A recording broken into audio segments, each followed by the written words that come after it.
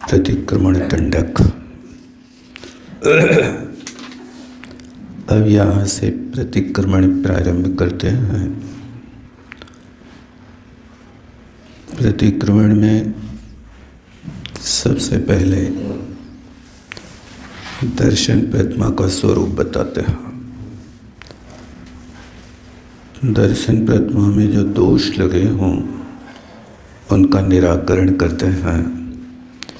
परिक्रमामि भन्ते दंसन परिमाये संकाये कंखाये विधिगंछाये पर पाषंड प्रशंसणाये पशंतुए जो मये देवशियो राइयो अचारो अनाचारो मनसा वसा कायीड़ कदोवा कारिदोवा कीरंतोवा समण वर्णदो तस्य मिच्छामि दुक्कड़म।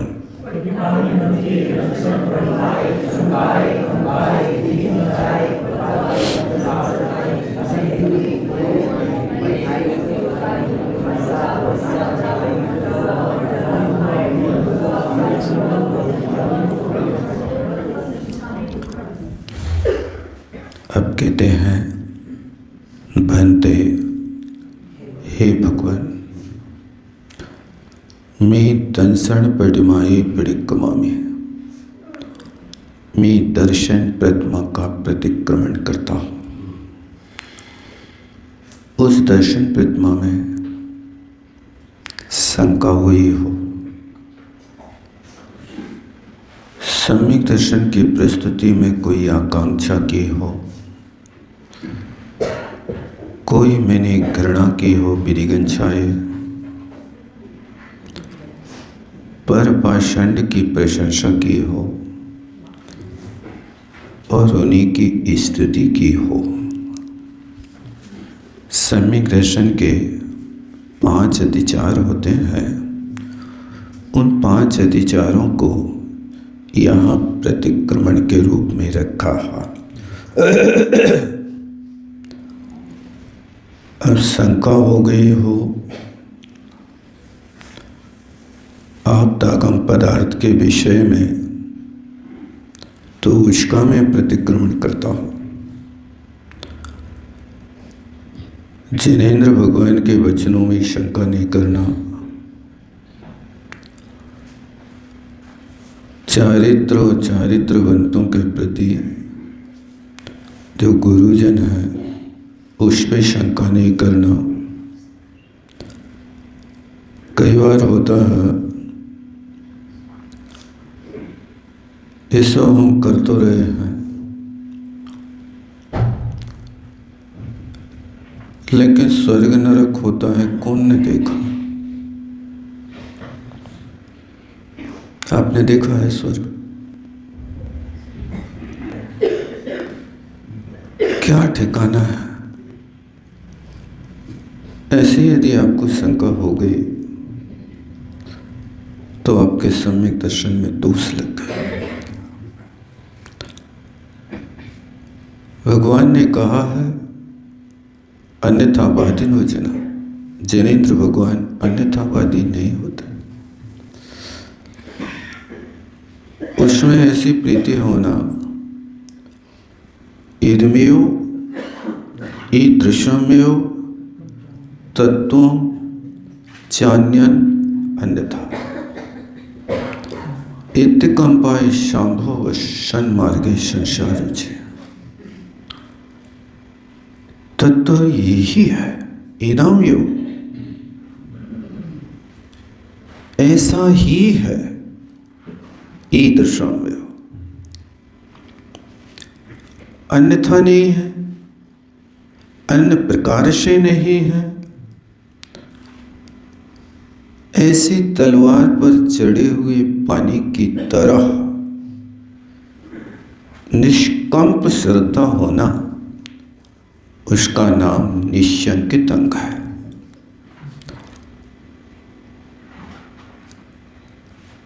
ऐसे शंका से मुक्त होना चाहिए। कई बार अपन को जब तीव्र उद्वेग होता है तो अपन गुरुजनों को कहने लगते हैं, अरे यार कहाँ फंसा दिया, क्या कर दिया। ऐसे भाव सम्यक दर्शन के अतिचार माने जाते हैं। इससे बचने की कोशिश करना चाहिए। गुरु के मुख से जो निकला वचन है उसमें अपनी सही आस्था बनी रहे, उसके प्रति अपना अनादर का भाव ना हो।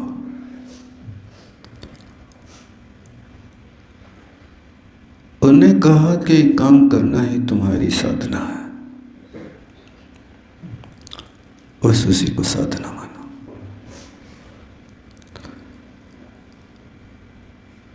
मन में विकल्प नहीं करो। यही सक्रिय सम्यक दर्शन है। सम्यक दर्शन ही तो चाहिए, और क्या चाहिए। एक व्यसनी व्यक्ति ने सेठ वचन प्रमाणम, सेठ के वचनों पर शंका नहीं की।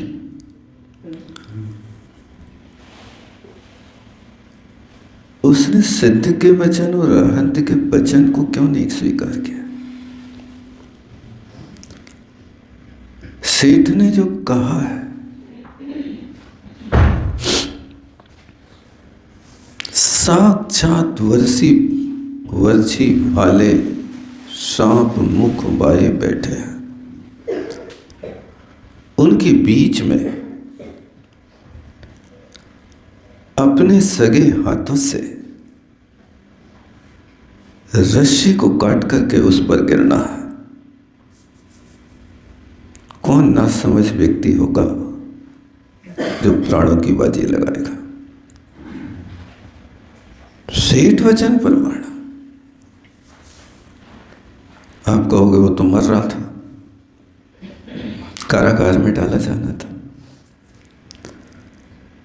मरते वक्त भी व्यक्ति अपने प्राणों की रक्षा करता है। कोई मरना पसंद नहीं करता, लेकिन सेठ देव शास्त्र गुरु का उपासक है। वो आयतन है, अनायतन नहीं है। हम नहीं पहुंच पाएंगे वहां तक। सेठ ने दिया है ना, बिल्कुल शब्द दिया होगा, अन्यथा नहीं होगा, सिद्ध होगा है। क्योंकि ये दिखेगा कुछ, मिलेगा कुछ। मूंगफली का बीज बोओगे तो फसल देखने नहीं मिलेगी, देखने तो पत्ते मिलेंगे, देखने तो पौधे मिलेंगे। फसल तो जमीन में गड़ी होती है। क्या आपको श्रद्धा है कि यही मूंगफली है, इसी में बीज मिलेगा, इसी में फसल मिलेगी? तो बिल्कुल श्रद्धा है। कोई ना समझ व्यक्ति सोचे कि मैंने तो मूंगफली बोई थी। जैसे चना के दाने ऊपर पेड़ पर लटके हैं, ऐसे मूंगफली क्यों नहीं लटकी? देखने नहीं मिलेगी, लेकिन श्रद्धान करना पड़ेगा। इसी तरह उस व्यक्ति के ऊपर इतना श्रद्धान था, कोई शंका नहीं। जिसको शंका थी वो सींगे पर चढ़ रहा था, उतर रहा था, चढ़ रहा था, उतर रहा था। जो निशंक था उसने अपना काम कर लिया। इसी तरह यहां पर भी जिन वच में शंका ना धार, मैं तो कहता हूं उसके साथ और जोड़ना चाहिए, गुरु वच में श्रद्धा ना, शंका ना धार। वचन पे अकेले नहीं, वे जिन वचन का आचरण गुरु ने किया। आप कहते हैं चलते फिरते मूलाचार, मूलाचार कहां से आए? जिन वच से आए।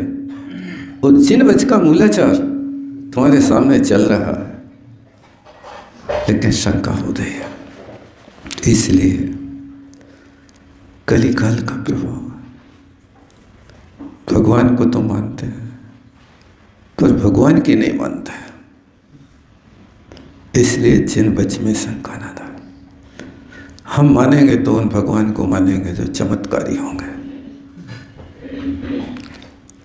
जो हमारी इच्छा होवे और वो भगवान तत्काल कर देवे तो वे भगवान बहुत अच्छे। बाड़ा के पदम दिनेश बहुत अच्छे, बिल्कुल तत्काल भूत भगत, सामने पहुंचे हुए लोग नाचने लगते। आपको शिखर जी के पदम प्रभु नहीं अब जमेंगे। बाड़ा के पदम पूजा करेंगे तो बाड़ा के पदम दिनेश काटो क्लेश, शिखर जी के पदम दिनेश भी न काटे कलेश। ऐसा होता क्या? जहां चमत्कार हो जाता वहां नमस्कार हो जाता है। जहां पर हमें तत्काल मांगी हुई वस्तु मिलती है वहां हम बहुत अच्छा समझते हैं, लेकिन अन्यत्र हमारी आस्था नहीं हो पाती। इसलिए दर्शन प्रयत्न का पालन करने के लिए सबसे पहले निश्चय करो। जनेंद्र भगवान की बाणी पर मजबूत श्रद्धा हो। देव शास्त्र गुरु 3 बताए तो आप पढ़ते ना, 3 रतन करतार, भिन्न भिन्न को आरती, अल्प सुगुण विस्तार। यानी देव के श्रद्धांत से सम्यक दर्शन होता है और शास्त्र के श्रद्धांत से सम्यक ज्ञान होता है और गुरु के श्रद्धांत से सम्यक चारित्र होता है। क्या चाहिए आपको? जिने भक्तिर जिने भक्तिर जिने भक्तिर दिने दिने सदा मेस्तु सदा मेस्तु सदा मेस्तु भवे भवे। जिनेन्द्र भगवान की भक्ति हमेशा सम्यक्तमेव कारण, यही सम्यक्त का कारण है। श्रुतो भक्ति श्रुतो भक्ति श्रुतो भक्ति दिने दिने, हे भगवान हे श्रुत की भक्ति हमेशा होती रहे। अज्ञान वारणम कारणम, अज्ञान को नाश करने का कारण यही है। गुरु भक्ति गुरु भक्ति गुरु भक्ति दिने दिने सदा मेस्तु सदा मेस्तु सदा मेस्तु भवे। चारित्रमेव कारण, ये संसार को नष्ट करने वाले मोक्ष का कारण है। दूसरी बात यह है कि कई लोग किराए की बुद्धि से काम करते हैं। मोक्ष मार्ग किराए की बुद्धि से नहीं चलता। अपने निजी बुद्धि से तत्व का अभ्यास करो, अपनी निजी बुद्धि से अपने गुरु को श्रद्धेय बनाओ। इसलिए शंका से मुक्त हो जाओ, इसलिए शंका मत करना। और फिर सम्यक दर्शन को यदि संभाल करके रखोगे तो सब व्रत तप शील कार्य है। सम्यक दर्शन के बिना तुम कितना भी कुछ करना चाहे, माशोबाश करना, तन को सुखाना। कुंद स्वामी ने नियम सार में कहा, हे साधक, किम काहरि वनवासो काय क्लेशो विचित्तो हुआशो अध्ययन मौन पहुदी समदा रहतस्य श्रवणस्य। हे श्रवण, तुम्हारा वनवास क्या कर लेगा? कायक क्लेशो किम काहदे, वो कायक क्लेश क्या कर लेगा? मासोपवास क्या कर लेगा? तुमने खूब अध्ययन किया, खूब ध्यान किया, लेकिन समता तो आ नहीं पाई है। जिसको पाने का ये पुरुषार्थ था वो सब खो गया। समता के बिना वन में रह रहे, तो वन में रहता हुआ भी वहां गृहस्थी बसा लेता है। आगार बने वशन अपी, अगारी हो, गृहस्थ वन में बसे तो भी वो वहां गृहस्थी है। अनगार भवन वसन अपी, मुनि महाराज भवन में बसे तो भी वे वनवासी है, क्योंकि उस भवन में रह तो रहे लेकिन स्वामित्व तो नहीं है। उनकी उनके प्रति ऐसी निर्ममत्व बुद्धि है कि जैसे आपके सिर में जब तक बाल लगे हैं तब तक संभालते हो, तिल लगाते हो, फुले लगाते हो, दुनिया के कर्म करते हो, काले करते, लाल करते, पीले करते, चाहे दुनिया के कर्म करते हो, लेकिन जब बाल काट के फेंक दिए जाते हैं तो फिर कौन उनको संभाल के रखता होता। आजकल संभालने लगे क्योंकि वे भी 40,000 रुपया किलो बिकने लगे, बाल भी, इसलिए लोग संभालने लगे। हाँ, ये मतलब उस वस्तु के प्रति आपका ममत्व भाव है। यहाँ पर भी कहा जा रहा, किम कहा दे बड़वास, बड़वास क्या कर लेगा, काय क्लेश 3-3 घंटा की समय कर लो, एक आसन से बैठे रहो, लेकिन मच्छर काटे तो तिल मिला जाओ। जब ऐसी विषमता हो तो उन मुनि महाराज का चित्र सामने रखना चाहिए, जिनको एक स्याली युग बत्ता हो, पाँव बखो दुखवारी हो, फिर भी हिल नहीं रहे, प्रतिमा की तरफ बैठे। ऐसे महापुरुषों के चित्र बना करके सामने रखो तो उस समय पता चलेगा। तुमसे पूछेंगे तो जी तुमरे जी कौन दुख है, बताओ तो कौन सा दुख है। एक मच्छर और 3 स्याली बराबर है क्या? अंतर तो है, लेकिन समता नहीं है तो सब विषमता है। विचित्र उपवास हो, उपवास करें। तो आचार्य कहते उपवास कैसे कहते हैं, जहां विषय और कसाई के साथ आहार का त्याग हो वे उसका नाम उपवास है। यदि विषय और कसाई नहीं छूटे और आहार को छोड़ दिया तो कहते वो लंघन है। लांघने तो मरीज करता, इससे भव का रोग नहीं मिटेगा। इसलिए आहार को छोड़ो या ना छोड़ो कोई बात नहीं, पहले कसाय को छोड़ो, पंच इंद्रिय के विषयों का त्याग करो, फिर आहार का त्याग करो, तो वो उपास सर्व फलदायी है, अन्यथा कुछ नहीं है। किसी भी कार्य करने के पहले आजू बाजू के साधन को भी पता कर लिया करो। अकेली रोटी छोड़ने को उपास नहीं कहते। रोटी बनाना है, कैसे बनती भैया रोटी, कैसे बनती, आगी से के पानी से के आटा से के तवा से, झरिया से, गैस से? आप एक चीज नहीं कह सकते। रोटी खा ले, अकेली रोटी खा के आए कब, उस रोटी में कितनी चीजें आप चबा के आए हो, उनके कोई नाम नहीं लेता। रोटी खाना तो कहते हो, कोई ये नहीं कहता कि हमने धनिया खाई, जीरा खाया, मिर्चा खाया, हल्दी खाई, घी खाया, नमक खाया, क्या क्या खाया, कोई बताता है? हल्दी जीरा के नाम लेते कभी? हल्दी जीरा तो तब हम नाम लेते जब हमें दाल में डालने हो, लेकिन रोटी का नाम बताते समय कोई नहीं कहता कि जे खाया। लेकिन उसके बिना रोटी बनती नहीं। उपास किया है तो उपास के साथ इन चीज़ों को पहले तलाशो कि बेटा तुम कल कसाई को त्याग कर पाओगे नहीं कर पाओ। अच्छा, गुस्सा नहीं करेंगे, दिन भर कपड़ा तो धोते रहेंगे हम उपास के दिन भर झाड़ू पोंछा तो करते रहेंगे, कछु काम न हुई हो तो दिन भर मटर तो छीलत रहे, अनार के दाने तो छीलते रहे। इस सब आरंभ है उपवास का अर्थ उपवशति आत्म समीपेति उपवासा। सब छोड़ दो विकल्प, ये समता को माना है तो बस इतना करो कि सम्यक दर्शन को पहले बना के रखो। मासोपवास होवे, कायक क्लेश होवे, सम्यक दर्शन ना होवे तो ऐसी दशा है कि तुम शून्य तो कितने भी रखते जाओ, अब 100 शून्य रख ले और अंक ना होवे तो शून्य की क्या वैल्यू है बताओ।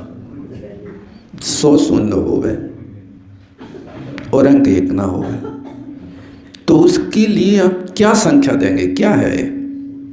कुछ है कि नहीं? और यदि 1 लिखा हो लेकिन 1 के आगे 1 शून्य बैठ जाए तो क्या हो जाता? उस 1 की 10 गुणी इज्जत बढ़ जाती है। उस 1 के सामने 2 शून्य बैठ जाए तो 100 गुना हो जाता है। 1 के सामने यदि 3 शून्य बैठ जाए तो 1000 गुना हो जाता है। यानी शून्य की वैल्यू अंक के साथ है, अन्यथा शून्य की वैल्यू कुछ भी नहीं है।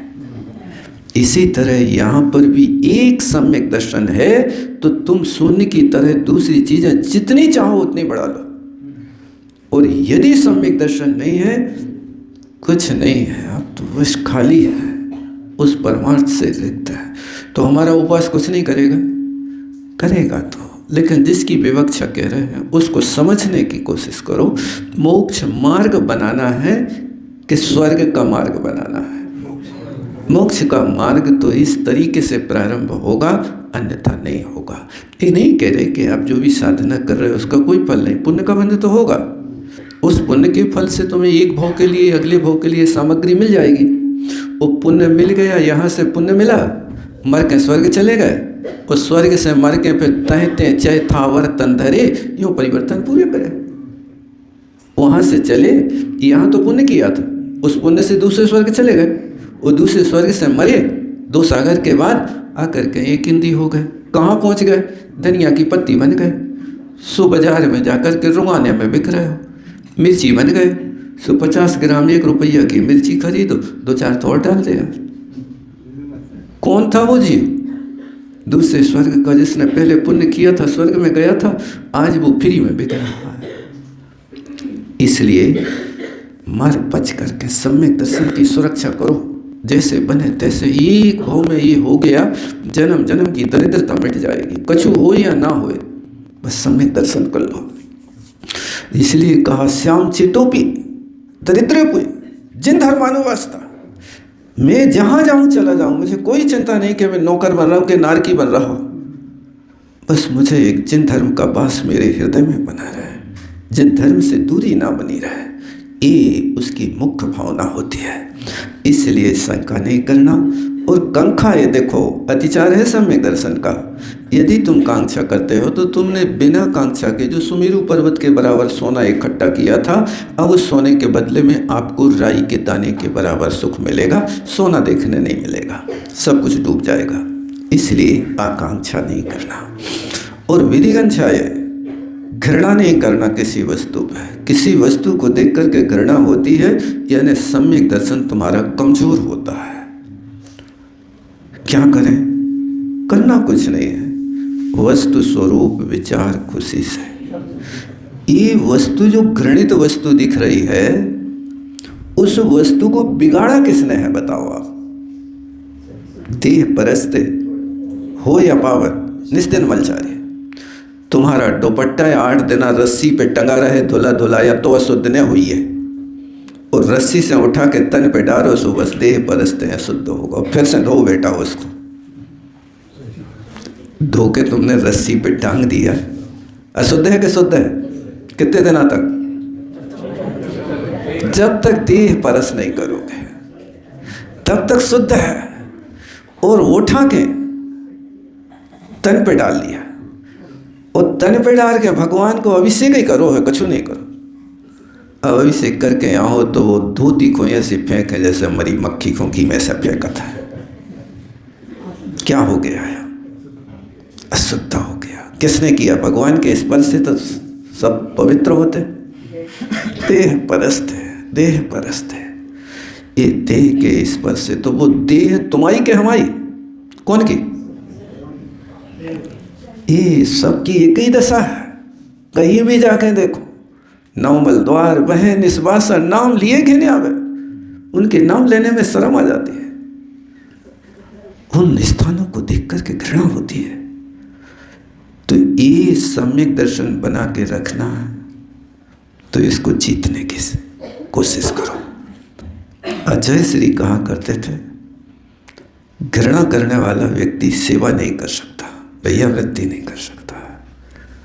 वैयावृत्ति वही व्यक्ति कर सकता है जो निर्विचिकित्सा अंग का पालन करता है, अन्यथा संभव नहीं। फिर परपाषंड पसंद है। परपाषंड माने कुगुरु कुदेव कुशास्त्र आदि की उनकी प्रशंसा करना। और 5वें नंबर पर दिया पसंद हुए उनकी स्तुति करना, मन से, वचन से, काहे से। कोई गाना वहाँ बज रहा है, उसको सुन के आप नाचने लगे, छटकुरी बजाने लगे, इस शरीर से तुम्हारा प्रशंसा हो गई उनके। कोई भी चीज़ वहाँ से देखते हैं अच्छी लगती है तो वो सम्यक दर्शन में बाधा गए। ये अनायतन से बचने की कोशिश करना। इस तरह से इन 5 चीज़ों के विषय में अच्छी तरह से विचार करके कहते भगवान दैविक दिन में या रात में अथवा पक्ष में या चातुर्मास में या वार्षिक में या युगीन प्रतिक्रमण में कहीं दोष हुआ हो, कौन सा अचार हो, अतिचार हो गया हो, अनाचार हो, अनाचार हो गया हो, तो भगवान मैं मन से, वचन से, काय से, कृत से, कारित से और करने वाले की अनुमोदना की हो। कीरन तो वह समर्पण, यानी एक कार्य कोई कर रहा हो उसकी मैंने अनुमोदना कर दी हो। तस् मिच्छा मे दुक्कड़म, वह पाप मेरा मिथ्या हो। यहाँ पर कई लोग मिच्छामी बोलते हैं, मिच्छामी नहीं, तस् मे माने मम माने मेरा। जो दुष्कृत है, पाप है, वो मिथ्या हो। इसलिए मिच्छामी बोलोगे तो वो वहाँ पर क्रिया का रूप ले लेगा। यहाँ पर क्रिया नहीं बनाना, दुष्कृत क्रिया है, में संबंध है। और मिच्छा मेरा जो किया हुआ दुष्कृत है वो समाप्त हो, झूठा हो, गलती हो गई, अब मैं उसके लिए क्षमा चाहता हूँ। देखो 9 कोटि से अब आप सम्यक दर्शन को शुद्ध कर पाए, मन से, वचन से भी सम्यक दर्शन के विरुद्ध शब्द नहीं बोलना, मन से भी सम्यक दर्शन के विशुद्ध सोचना नहीं, और काय से भी ऐसी क्रिया नहीं करना कि जिसको देख करके लोग आपका अनुसरण करने लगे। क्योंकि व्यक्ति अनुसरणशील होता, विचार नहीं कर पाता। अन्य जगह लिखा, व्यास जी गंगा स्नान करने गए प्रातःकाल, कोई नहीं जा रहा था उस समय। उनके पास ताम्र का भाजन था, कमंडलू। उन्हें सोचा जब तक मैं नदी में प्रवेश करूंगा, डुबकी लगाऊंगा, देवता को जल दूंगा, तब तक मेरा कोई पात्र उठा के ना ले जाए।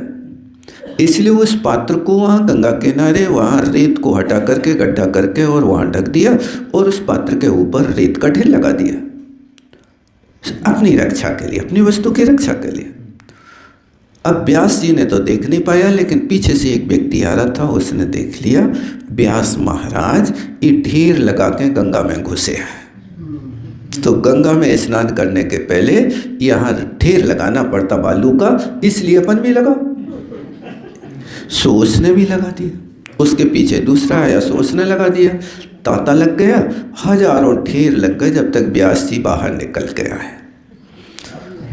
तो वहाँ पर भी अब 10-20 ढेरों पे लात मार के गिराते हैं, कहाँ है, लेकिन मिला नहीं। तो उन्हें एक श्लोक बोला, गतानुगत को लोगो न तू पारमार्थिका, बालू का पुंज मात्रेण है, गतम में ताम्र भाजनम। ये दुनिया बड़ी गतानुगतिक है, ना समझ है। उसने पता नहीं लगाया कि आखिर व्यास जी ने ढेर क्यों लगाया। उनने लगाया, हमने देख लिया, अब हम भी वही ढेर लगे हैं। सो वहाँ उसके बाजू में दूसरे तीसरे लगते हजारों ढेर लग गए। अब क्या करें, पारमार्थिक जानने वाली नहीं है। मैंने तो अपना ताम्र का भाजन छिपाया था, अब मैं कहाँ ढूंढूं उस ताम्र के भाजन को। गतम में ताम्र भाजना, अब तो मेरे तांबे का पात्र कमंडल चला गया। ये होता कि एक ने कोई क्रिया करी, वही क्रिया हम कर पे बैठ गए। हमने कभी पता नहीं लगाया कि भैया तुम कपड़ा धो के काय पहन रहे, काय पहन रहे, बता। मैले हैं तो मेल हटा रहे, कि शुद्धि कर रहे, कि तन ढाक रहे, कि शौक कर रहे, कि दूसरों को दिखा रहे। देखा हमारे कितना बढ़िया वस्त्र रहते हैं। इन सब चीज़ों का पता करो। अन्यथा ये दोष लग जाते हैं। इसलिए मानसिक जब भी सोचो अच्छी बात सोचो, जब भी बोलो अच्छी बात बोलो, जब भी बोलना हृदयग्राही, बोलते ही हृदय में प्रवेश कर जाए, कर्णप्रिय, कानों को प्यारी लगे,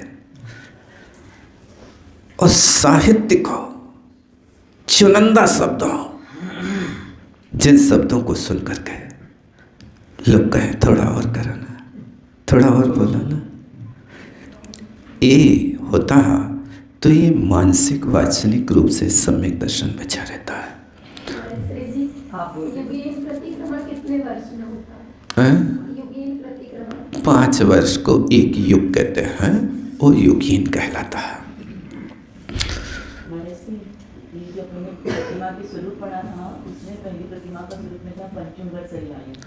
जे अतिचार है वो लक्षण है, वो पालन करना है।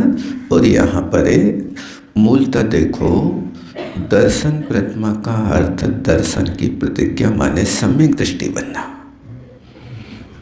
दर्शन की प्रतिमा का अर्थ सम्यक दृष्टि बन गए तुम।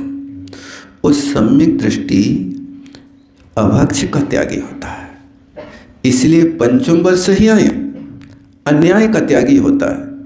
तो 7 व्यसन अन्याय है, न्याय नहीं है। संक्षेप में कहते हैं ना कि सम्यक दृष्टि अन्याय और अभक्ष का त्याग होता है। अन्याय का त्याग हो गया माने व्यसन अन्याय रूप है।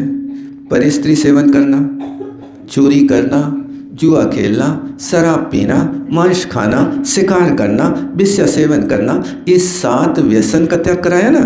ये 7 व्यसन कैसे हैं? अन्याय। निज ऊपर के साथ अन्याय कर रहे हो, आप न्याय नहीं कर रहे हो। इसलिए संक्षेप में कहते हैं कि सम्यक दृष्टि अन्याय और अभक्ष का त्यागी होता है। ये अन्याय और अभक्ष में लिया जाता है कि 5 उदंबर फलों का त्याग कर दिया उसने, अभक्ष सेवन नहीं करेगा। और यहाँ 7 व्यसनों का त्याग कर दिया। ये 7 व्यसन जो है वे अन्याय के रूप में, न्याय नहीं है। अपनी आत्मा के साथ भी न्याय नहीं हो रहा है, और किसी की वस्तु को उठा करके तुमने उपयोग कर लिया तो अन्याय कर रहे हो। किसी के परिवार के साथ में जास्ती कर रहे हो, आप मादक वस्तु का सेवन कर रहे हो, जिससे आपकी बुद्धि भ्रम हो रही है। इस तरह से ये वहाँ लक्षण है, और यहाँ पर इसके अतिचार हैं। अब आगे कहते हैं, परिक्रमामी बनते बद पड़िमाए पड़ में ठूलियड़े हिंसा वीरदिवदे वहीड़वा वंधीड़वा छेड़वा आई भारा रो नीनवा अर्ण पाण निरो नीनवा जो में देवशियो राइयो आई चारो अनाचारो मनीषा वसा कायण कृत कारिदो किरंतो वा सवर्ण वर्णदो तस्मिच्छा में दुक्कड़म।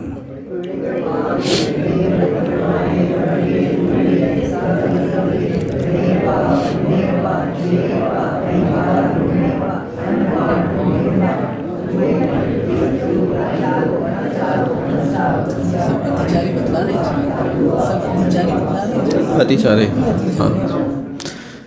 अब कहते हैं, भनते बद पड़िमाए परिक्रमा में, हे भगवान, व्रत प्रतिमा में लगे हुए जो दोष है, उन व्रत प्रतिमा में भी पड़मे थूलियड़े, जो प्रथम स्थूल व्रत है अर्थात अहिंसाणु व्रत है, उसमें दोष लगाओ हो तो उसका मैं प्रतिक्रमण करता हूँ।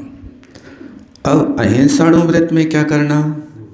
हिंसा विरतिवदे, हिंसा से विरति है, ये व्रत है।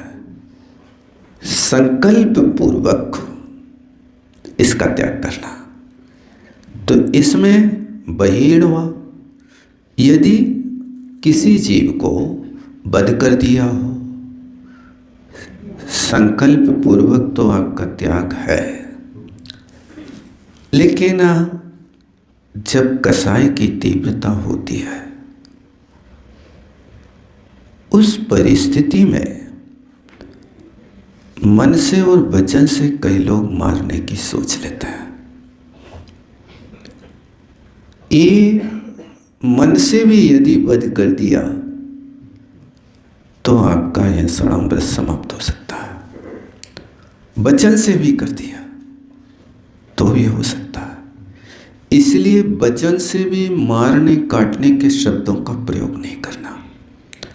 जिन वचनों से हिंसा भड़कती हो, कई व्रती लोग काटने शब्द का प्रयोग नहीं करते हैं। लौकी काट दो, बना लो, सुधार लो, ऐसा प्रयोग करते हैं। आचार्य श्री भी ऐसे शब्दों का परहेज करते थे। एक बार आचार्य श्री किसी के लिए प्रेरणा दे रहे थे और वो कह रहे थे कि उस पुस्तक को पढ़ो,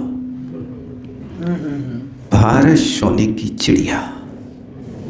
इतना बोला। दूसरे महाराज ने कहा इसका पूरा नाम भारत सोने की चिड़िया, अंग्रेज लुटेरे। आचार्य सिंह ने शब्द का उच्चारण नहीं किया। लुटेरे हम क्यों कहें? क्योंकि किसी के दिल दुखाने वाली बात प्रति के मुख से नहीं निकलना चाहिए।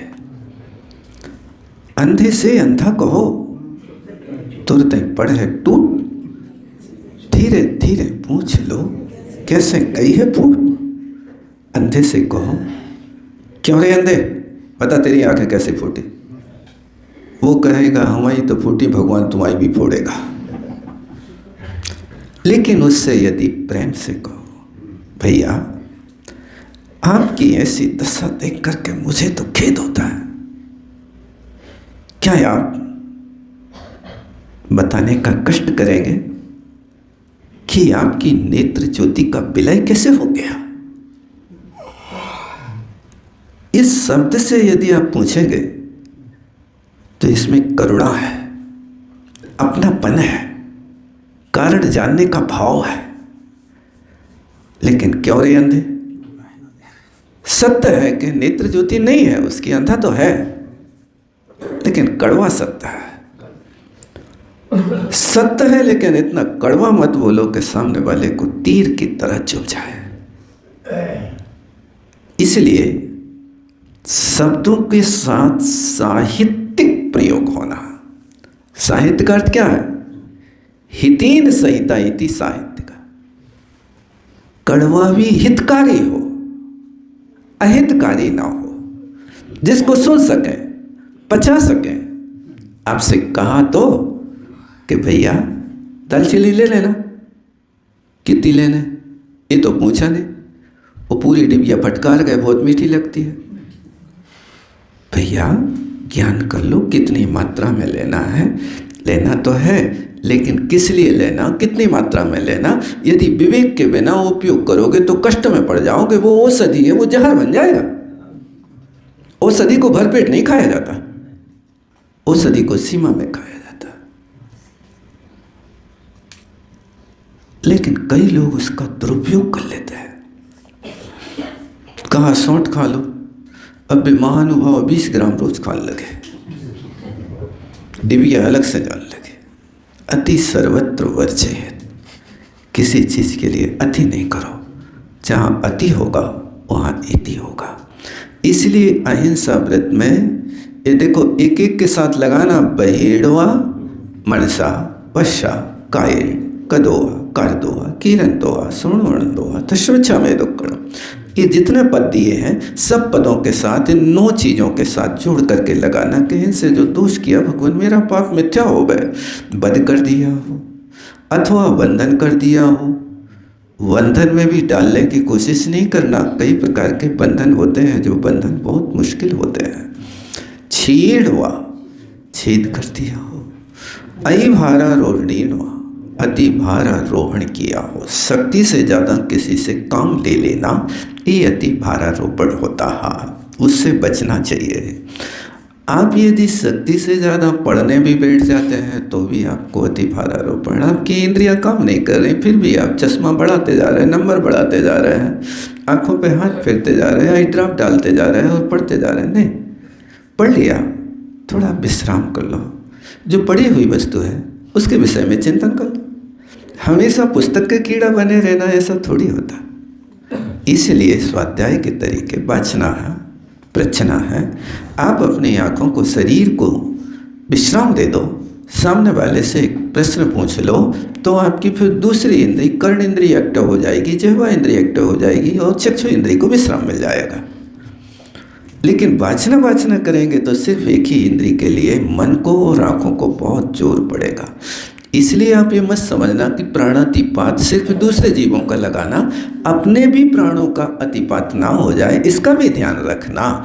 अपने भी प्राणों की रक्षा हो, यदि नहीं कर पाते हो तो आप अन्याय कर रहे हो। उसके लिए भी, इसलिए साधना छूटे ना और शरीर टूटे ना, साधना बढ़ती जाए और शरीर सुरक्षित रहे। शरीर को तोड़ करके रख दोगे तो तुम्हारा फिर आगे साधना का क्रम भंग हो जाएगा। जब तक स्वार्थ सिद्ध ना हो जाए तब तक क्रिया को संभाल के रखना। देखो, एक लकड़हारा है, बाजार जंगल से लकड़ी ला रहा है, बांध रहा है, संभाल रहा है और बड़ी सावधानी से उस लकड़ी को सिर पे रख के ला रहा है और बाजार में रखता है। बहुत धीरे से लकड़ी के गट्ठा को उतारता है। करता कि नहीं करता? बाजार में बेचता है। खरीदने के बाद वो कहता, भैया हमारे घर भेज दो। अब जब वो बिकी हुई लकड़ी को उसके घर पे ले जाता है तो उस गट्ठा को कोई से उतरवाता है कि पटक देता है? अब क्यों पटक दिया? काम हो गया, पैसा हाथ में आ गया। लेकिन बाजार में भी तो रखा था, बाजार में अभी बिका नहीं था, अभी उसको संभाल करके रखना है। जब तक पैसा हाथ में ना आए तब तक उसके साथ दुराचार नहीं करना। और फिर हाथ में आया तो फिर नहीं कहता अब तुम उतार दो, थोड़ा सा सहारा दे दो, कुछ नहीं, अब तो पूरी शक्ति से पटक के चला जाता। इसी तरह लकड़हारे की तरह इस शरीर चूंकि लकड़ी की तरह जलने योग्य है, लकड़ी तो है, लेकिन उसको कब तक संभालना? जब तक अपने कार्य की सिद्धि ना हो जाए, जब तक अपन को अपना गंतव्य प्राप्त ना हो जाए तब तक उसको संभाल करके रखना। यदि वो बाजार में उस व्यक्ति बिकी हुई लकड़ी की तरह बाजार में गट्ठा पटके तो क्या दशा होगी बताओ? खुल जाएगा, बिखर जाएगा, उसको फिर से बांधना पड़ेगा और बिखरी लकड़ियां खरीदने में लोग नखरे करेंगे। तो वहाँ गट्ठा दिख ही नहीं रहा, कितनी लकड़ियाँ बांध के, क्योंकि वो वस्तु बांध के ही बेची जाती। गट्ठा बड़ा दिख रहा तो बड़े पैसे, गट्ठा बिखरा है तो एक एक लकड़ियाँ कौन उठा कर ले जाए यहाँ से। यही दशा यहाँ पर भी समझदारी से करना, ना समझी से नहीं करना, इसको वैसे ही संभाल करके रखना तब तक जब तक अपना कार्य सिद्ध ना हो जाए। लेकिन तन के सेवी नहीं बनना, विरक्ति तो रखना, बैरागी तो रहना, लेकिन बस काम ऐसे लेना कि नौकर से जब तक काम लेना तब तक उसको भैया कहते, चाय पिलाते, पान खिलाते और कुछ गिफ्ट देते हैं, लेकिन काम सिद्ध हो जाता तो फिर उसका नाम नहीं लेते हैं। जाओ बेटा हो गया काम। इसी तरह इसको ध्यान रखना, आत्मा का और शरीर की भिन्नता है, लेकिन दोनों का एक क्षेत्रों का ही संबंध है। जितने शरीर के प्रदेश हैं उतने में आत्मा के प्रदेश फैले हुए। ऐसा नहीं समझना कि आत्मा तो हमारी शुद्ध बुद्ध बिल्कुल यहाँ हृदय में बैठी है। यदि आत्मा हृदय में बैठी होती तो पैर में कांटा लगता तो फिर कौन को पता चलता? जड़ को? कौन को लगता? आत्मा के प्रदेश वहाँ भी तो हैं आपके, तो वहाँ फैली हुई आत्मा को भी कष्ट ना हो जाए उसका भी ध्यान रखना होगा। इसलिए एक बंधन हो जाए, छेद हो जाए, अति भारारोपण अपने साथ और दूसरों के, लेकिन निकम्मे नहीं बनना। कार्य को बदल लेना। जैसे कोई सिर पे भार ढो रहा है, ढोते ढोते थक गया, गर्दन में दर्द हो गया, तो वो अपनी पोटली को गर्दन से खिसका के कंधा पे ले आता है। आप लोगों ने देखा नहीं होगा कभी भारवाहक को, और वो जब एक कंधा दुखने लगे तो एक कंधा पे ले आता, और जब दोनों कंधे दुखने लगे तो फिर सिर पे ले आता। लाता क्या नहीं लाता? मैंने भार ढोने का काम नहीं बंद कर रहा, लेकिन क्षेत्र चेंज कर रहा है। क्षेत्र चेंज करते ही उसके भाव बदल गए। अब अच्छा लग रहा। क्या अच्छा लग रहा? उस भार का क्षेत्र बदल गया। इसी तरह साधना नहीं छोड़ना, साधना करते रहना, लेकिन उपयोग चेंज कर लेना। वासना के स्थान पर कभी प्रच्छना कर लेना, प्रच्छना के बाद कभी आप आमनाय कर लेना, कभी अनुप्रेक्षा कर लेना, और जब 5 प्रकार के स्वाध्याय से थक जाओ तो फिर माला फेरना बैठ जाओ। नहीं कर सकते? आप माला फेरिए, और माला में भी थक जाएं तो हाथ पे हाथ रख करके बढ़िया श्वासोच्छ्वास के साथ अपने हृदय कमल में 108 पाकड़ी का कमल बना करके उस पर एक एक महामंत्र को विराजमान करके आप बहुत शांति से आप वो स्मरण करें, माला फेर लें, उपयोग की एकाग्रता हो जाएगी। बस यही तो करना, और करना क्या है? थको नहीं, आप विषय बदल लो, उपयोग बदल लो। उपयोग बदलने से मन बदल जाता है। होता ना ऐसा? आप कहते ये कि एक चीज कहाँ तक खाएं? नहीं खाओ, पेट तो भरना है। आज आपने मूंग की दाल खाई तो कल उड़दों की खा ली हो, परसों आप मसूर के खा लो। रोज बदल बदल के आपके यहाँ बनते रहते हैं ना। एक ही चीज एक में बदलती रहे तो लोगों को घबराहट हो जाती है। गुरुकुल में हम लोग थे उस समय भाई साहब, तो गुरुकुल की सबसे पेटेंट सब्जी थी लौकी, सदा सुहागन, कभी भी बिल्कुल एक दिन को भी छूटती नहीं थी। सस्ती थी, सुंदर थी, और 2 रुपया में एक हाथ किया जाती थी। हम हमेशा लौकी। अब हम थाली लगा हूँ पंडित जी के यहाँ ले जाते थे। अब पंडित जी के सामने एक दिन थाली रखी तो वे चश्मा उतार कर देखा, जो का है? जो मूंग की दाल है, जो लौकी है। अच्छा, गंभीर हो गए एक दिन। बोले का है भाई? क्या तुम्हारी जो लौकी कब महीना से नहीं होत? इस बात को सुनकर के मैं तो तत्काल समझ नहीं पाया। वे बोले कि देखो तुम्हारी भोजनशाला की महिला तो 5 दिन हो चौका से बाहर हो जात, लेकिन जब लौकी तो एक ही दिन बाहर। ये उनने कहा। हमने कहा भैया ये तो संचालकों को काम है, अपन तो पोस्टमैन, जो बने सो ले आओ। थाली लाने का काम है, लेकिन अपन आदेश तो नहीं दे सकते कि तुम लौकी के स्थान पर गिलकी ले आओ कि कछू ले आओ। कहने का मतलब है कि ये किसी चीज में अतिभारारोपण नहीं होना चाहिए। ये बदलते रहते हैं। और अन्नपान निरोधेन, अन्नपान का निरोध कर दिया। लैपटॉप और मोबाइल में भी तो जॉब करने वाले जो करते हैं वो भी तो आए ना। सबके साथ लगाओ भैया। कछू में भी जो हो यही तो है, आंखों का काम कर रहे हैं ना, आंखें खराब इसलिए तो हो रही हैं। और अन्नपान निरोध निजोर पर का आज कई लड़के बेचारे पढ़ तो रहे बाहर, लेकिन एक बार भोजन खा के जिंदगी व्यतीत कर रहे हैं। 100 रुपया को टिफिन एक बार बुलाते हैं, 24 घंटे अपना गुजारा कर लेते हैं। घर में 4 बार खाते हैं, वहाँ 1 बार खाते हैं, क्योंकि अब 4 बार वहाँ खाएं तो 400 को टिफिन बुलाए, मिलता नहीं, हॉस्टल में व्यवस्था नहीं। तो ये कई लड़के ऐसा जीवन यापन कर रहे हैं। ये अन्न पान निरोध करके आप बढ़ोगे तो आपकी हालत गड़बड़ होगी। इसलिए जहाँ जितना है वैसा करना चाहिए। इससे जो दोष लगा हो मेरा पाप मिथ्या हो। अब फिर कहते परिक्मामी बनते बद परिमाये बिरिये थूलियड़े असच वीरधि विदे मिच्छोपदेशेणवा रहो अपक्खाणेणवा कूटले कर्णेणवा नासाप हारेणवा सायार मंत भेणवा जो मये देवशियो अचारो अनाचारो मनुषा वैश्या कायेण कुदोवा कायतोवा कीरंतोवा सवर्ण मरणदो दश मिच्छामि दुक्कड़म।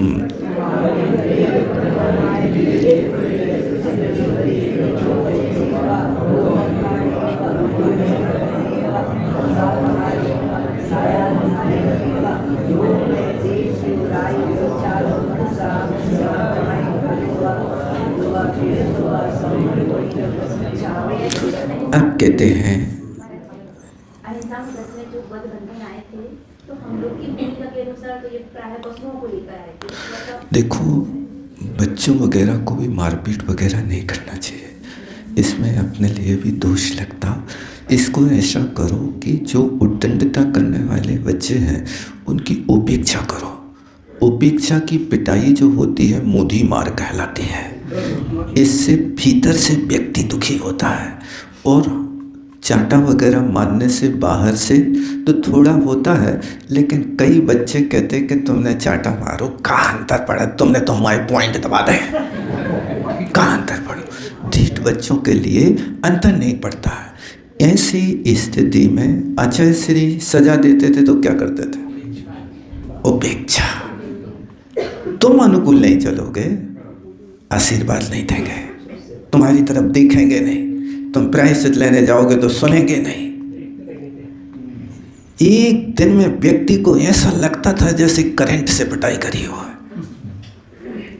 ये यदि आप अपनाते हैं तो फिर आपको ज़्यादा माथा फोड़ी नहीं करना पड़ेगा, बहुत सहजता सरलता के साथ कार्य हो जाएगा।